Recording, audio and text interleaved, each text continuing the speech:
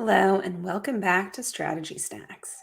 I'm your host, Frenchie Ferenczi. I am a business strategist and startup advisor. And today I am super excited because we have a really interesting question from Christina Seitz. Christina is an intuitive copywriter who helps visionaries elevate their online presence and ignite their messaging. And Christina's question today is, as I'm looking to scale my copywriting business, I've experimented with various lead generation strategies, but haven't yet pinpointed the optimal one for my needs. Could you guide me on how to refine and enhance my lead generation system for maximum effectiveness? Ooh, such a good one, and also one that I have so many thoughts about.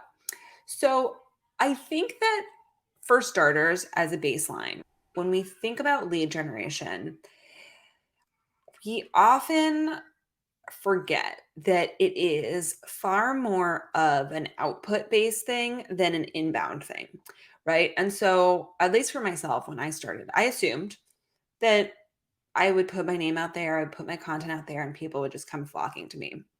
And what I actually realized over time is that I really need to be putting myself out there as proactively as possible and as consistently as possible to be bringing in the leads.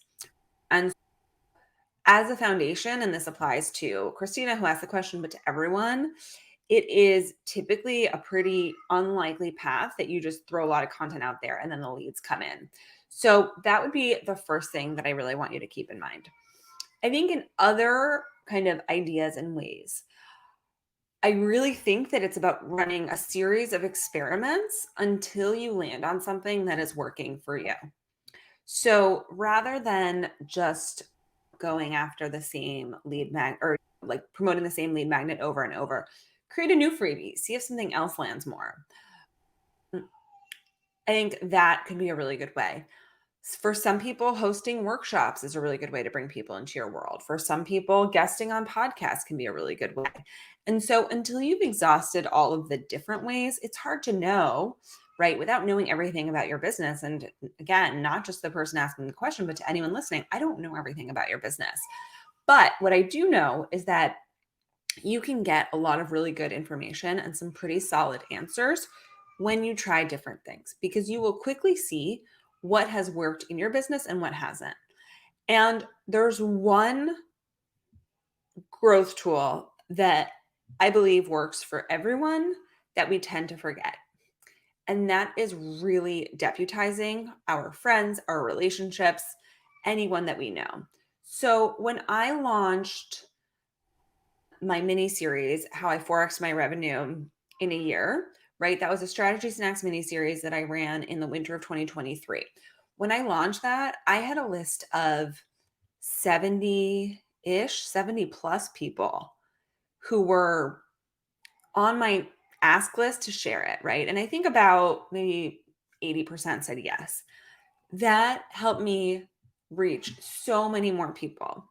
And this is what I mean by sometimes it's about that second layer of going beyond just thinking that what you put out there is going to attract people, but actually getting people to help you promote it and to help you bring people in, right? Borrowing people's audiences.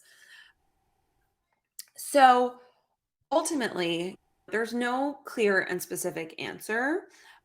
But like I said, one, definitely experiment with different things because it's different for different people. Two, ask yourself, is the challenge, or sorry, two is really look at borrowing people's audiences.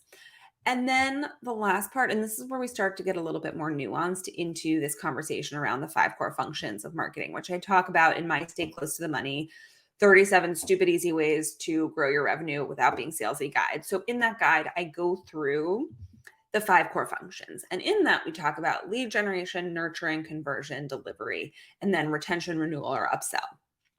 And a lot of times we focus on lead generation as the core pain point, right? Or challenge that we have.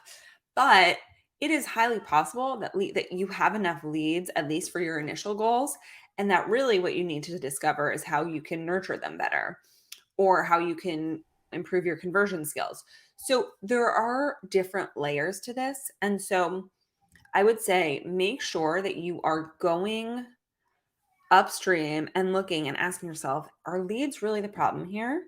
Have I connected with as many people in my audience as are willing to connect with me? Or am I just building an audience waiting for them to come to me? So I think challenging yourself to turn the tables a little bit, look at the audience that you already have and ask yourself, how can I nurture them more, better, differently, can be a really powerful way to drive more sales, which I'm assuming is your goal if you want more leads, right? Like I'm assuming you want more people coming in asking you for your services. This is a hot topic. We could go in so many directions on this one, and this is one of my favorite topics. I also think it's everyone's number one struggle, right? How do I bring more people into my world?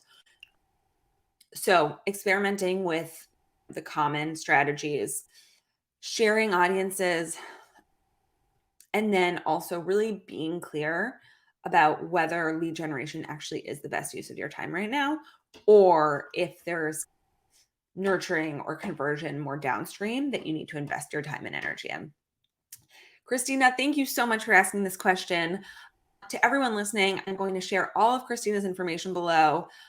She did a great job submitting a question to be featured here as a way to begin building or keep growing those leads in that audience. So I'm so excited to have you here for that.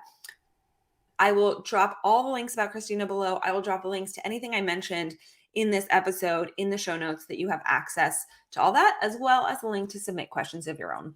Thank you so much for being here. This is Strategy Snacks, and I'm Frenchie Ferenczi. Have a good one.